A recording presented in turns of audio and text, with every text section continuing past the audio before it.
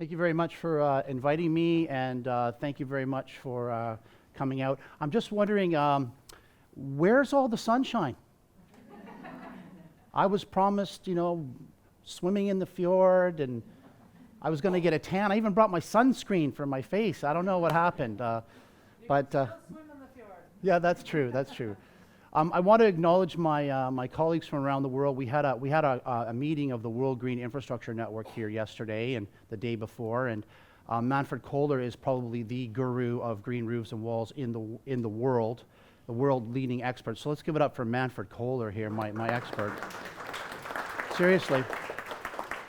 I've been following in his footsteps for many, many years and hope to do so for many more.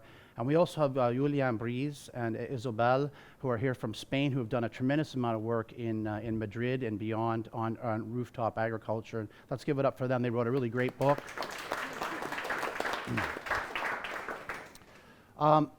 So I am very passionate about rooftop agriculture. I've been promoting the concept in North America for more than a decade now, and I love to go up onto various rooftop farms because I'm always getting to eat all the carrots and the tomatoes and the herbs, and they're just such wonderful places to be in cities, because you're safe. You usually have a really nice view. You're surrounded by lovely food. And if you're working on rooftop farms, how many of you actually work on rooftop farms right now in the room? Let me see. You are very fortunate people to be able to do that, I think. And so what we need, I believe, is we need to get more of this type of stuff going on. Do I have a clicker or something like that? Oh. We need to get more of this stuff going on, and we need to get more people in cities, right, growing the food that we need to survive. That's going to be part of sustainable development. So just a little bit about the organization I founded, Green Roofs for Healthy Cities. Our mission is to rapidly expand the use of all forms of green roofs, all types of green roofs and walls in North America because of their many benefits. We were started in 1999, and we've been going pretty solidly since then. And as any association, we have a membership base, we have events, we run forums, training webinars, and we have a special green roof professional designation to show people how to design and install and maintain green roofs. We've had this for more than a decade now. We publish reports. We do a lot of work on valuation. What are the economic drivers of increased green roof and wall installation? So that's essentially what we do. Why did I get involved in green roofs personally more than 20 years ago? Because of a concern for the fact that our cities were so unsustainable. And they are very much unsustainable places still to live. And there's been an awful lot of information lately about climate change and the threats and challenges that we face worldwide now in climate change. And we're seeing much more tremendously strange weather all over the world. And people are talking about adaptation, people are talking about stormwater management, people are talking about the urban heat island, but there's something that most people aren't talking about when it comes to climate change and climate change adaptation.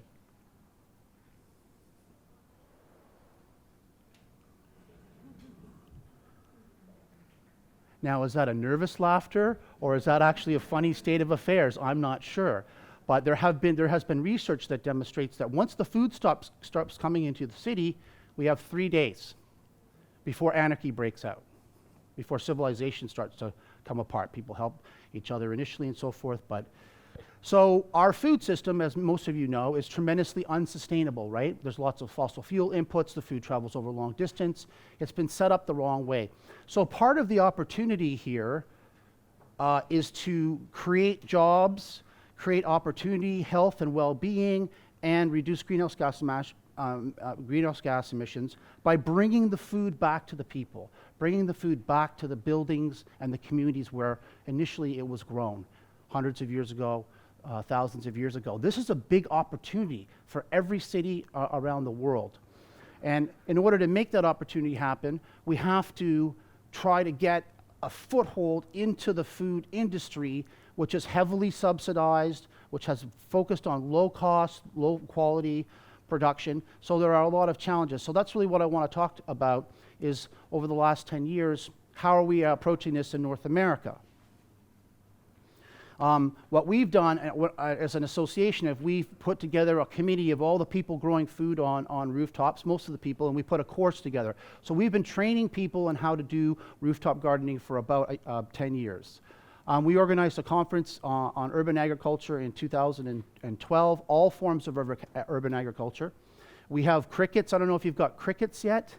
Are you doing crickets as a source of protein? We have cricket farms now in buildings where they're using a compostable material. They're feeding crickets, and they grind the crickets up, and they slip it into your cereal when you're not looking, and other things, because most people, when you see a cricket, you don't really think, tasty, crickets, these little insects, right? So they grind them up and make cricket powder.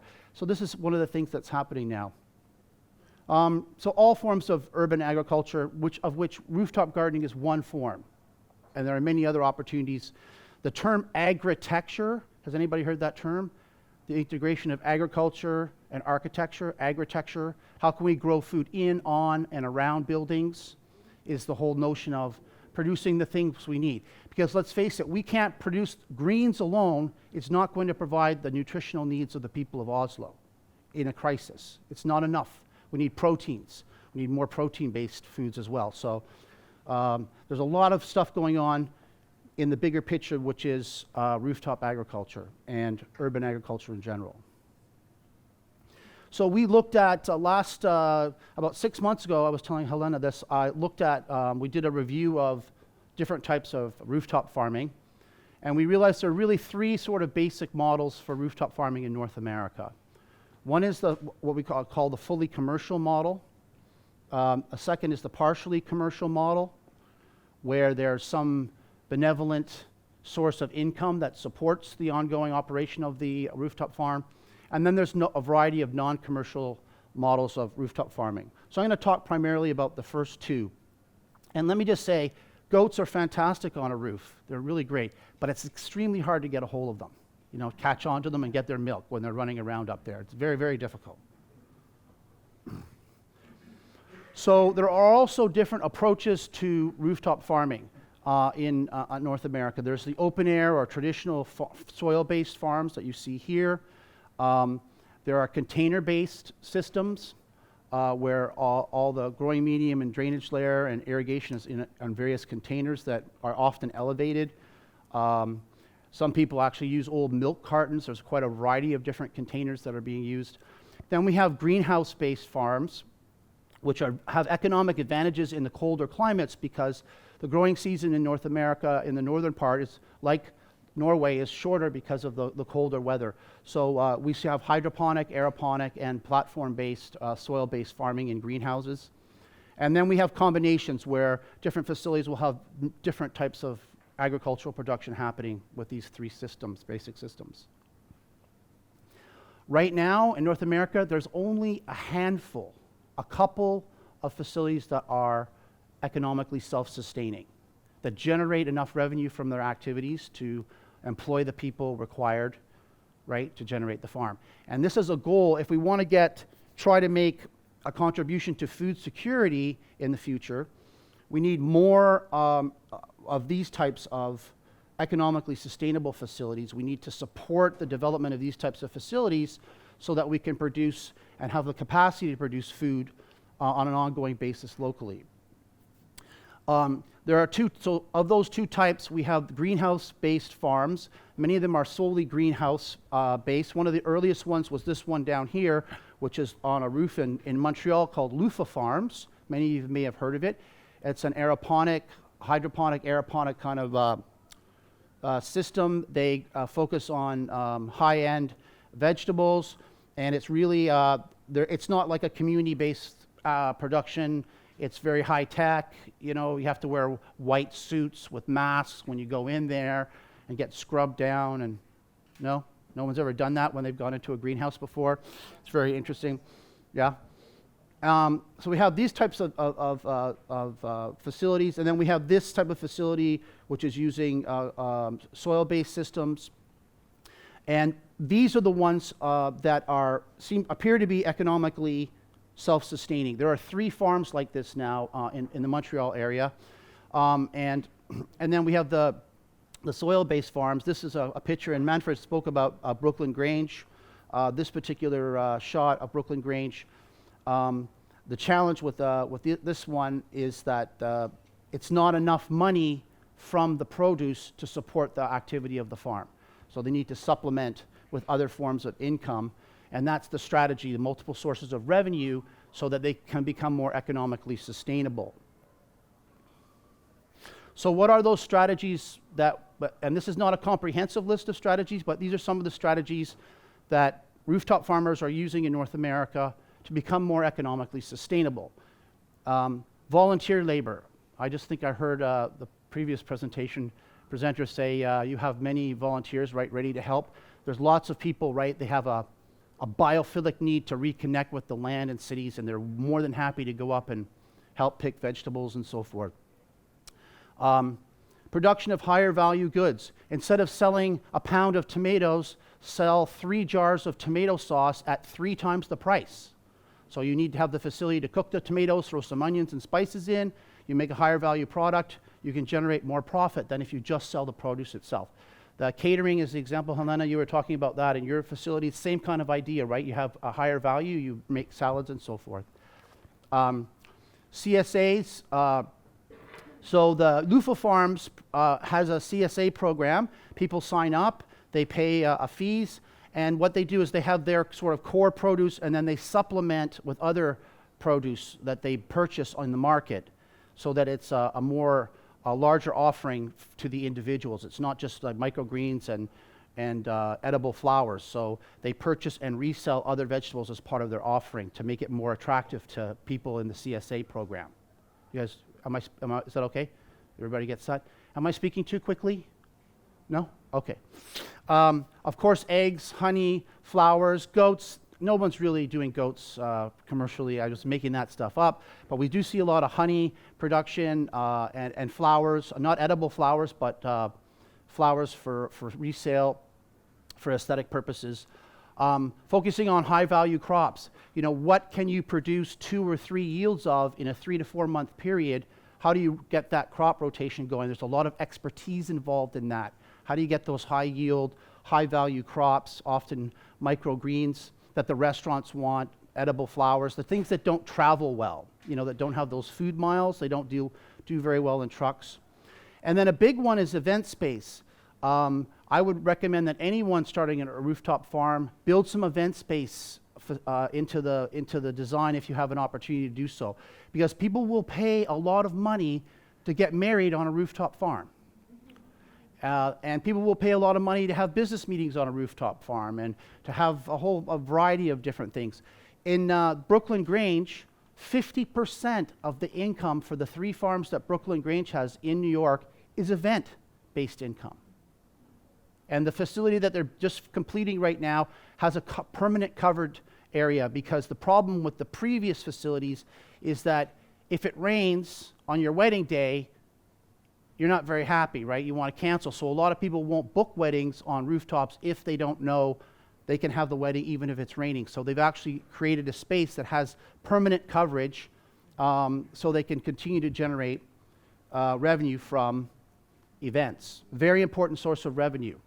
Another angle, which I heard another example from Europe, but is also to use packaging. There's a lot of packaging waste in cities. Can you capture that waste and reuse it to package your vegetables? Soil amendments. Can you source other free soil amendments?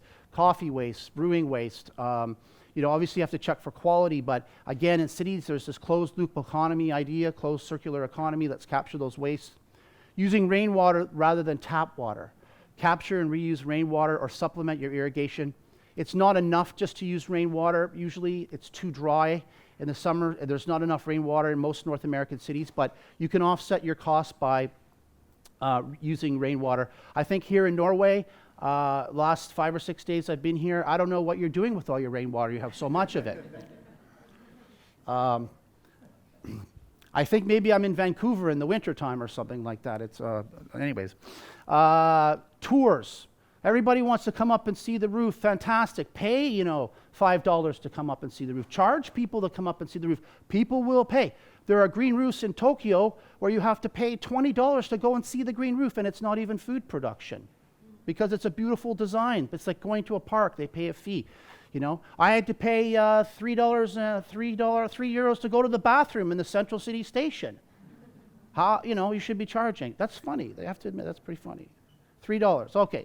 So the social media marketing, you don't want to spend money on marketing materials. You want to use social media and networks and build a community of supporters around your rooftop farm. That's tremendously important. You want to communicate with them regularly about what's going on because that's kind of your bread and butter. Those are the people that will come and take your training courses. They'll buy your food. They're going to be very supportive. That's a huge untapped market in many cities in North America. Community engagement, I just heard about how restaurants on top, having dinners to celebrate certain periods of harvest, bringing people together. I think one of the most exciting things about rooftop farming is the community aspect, the social aspect of it, which is so rich and so wonderful. Build a greenhouse.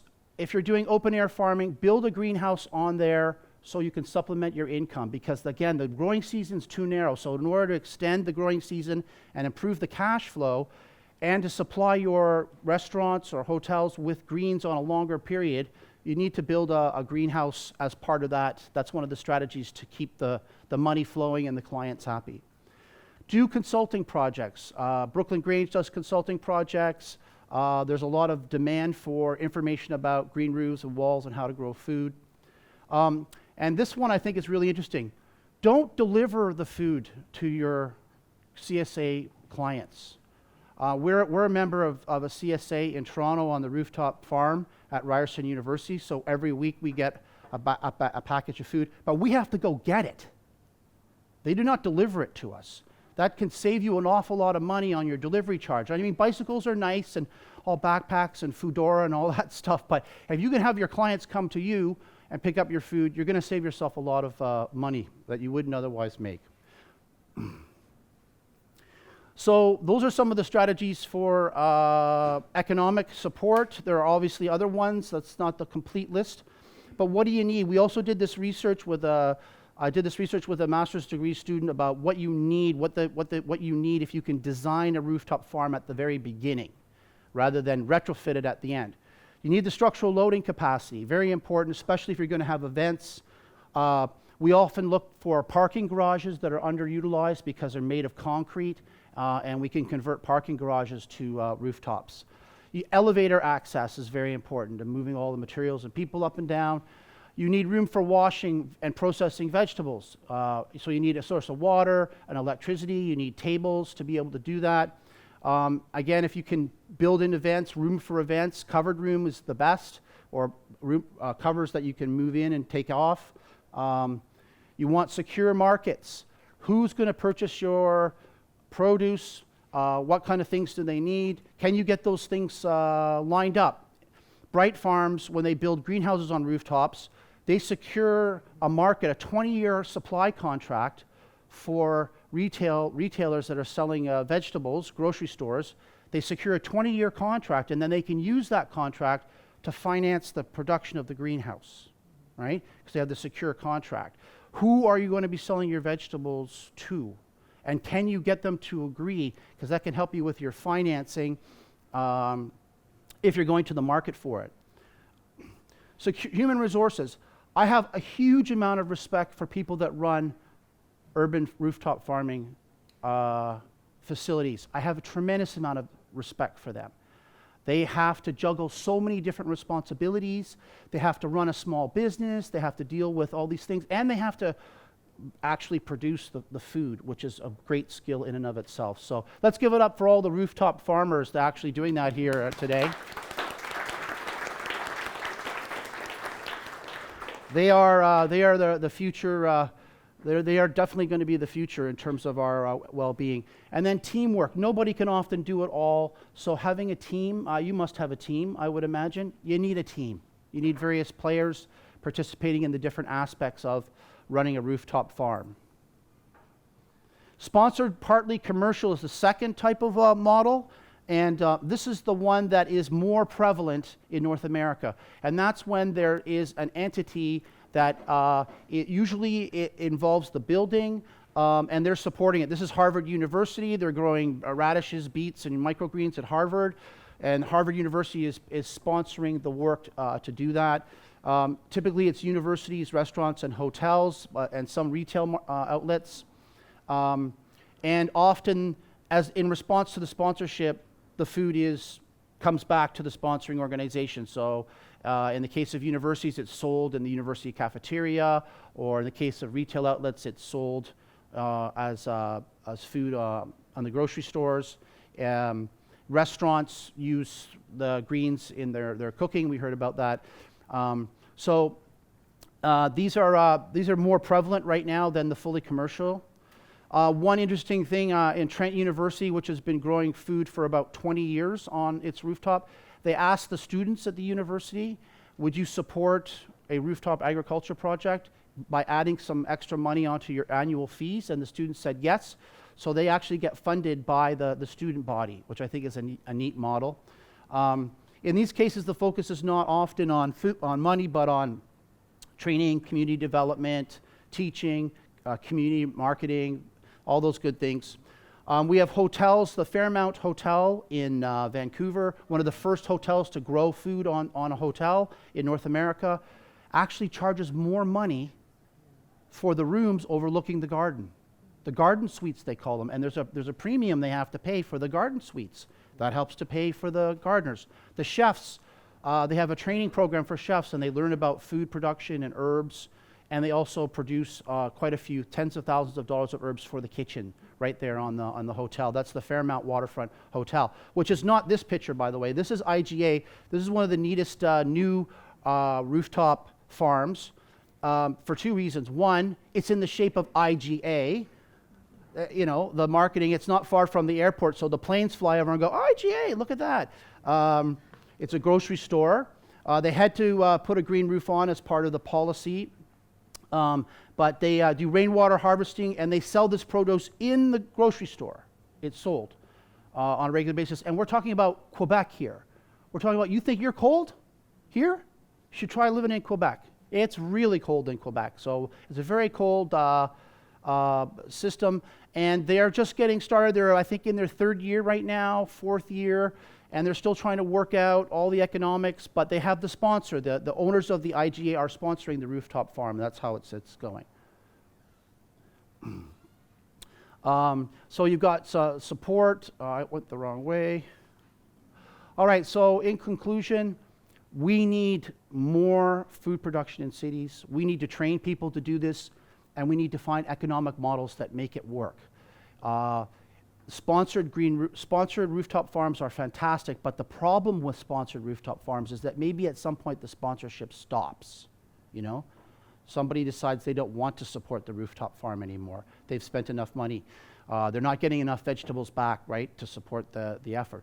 So having a multitude of revenue sources is really tremendously important, and I think that it's going to be a very bright future in Oslo and in cities around the world if we can make tremendous progress over the next 10 years in this very important endeavor for our communities, our health and well-being, and to protect us from climate change. Thank you very much for your time and effort today.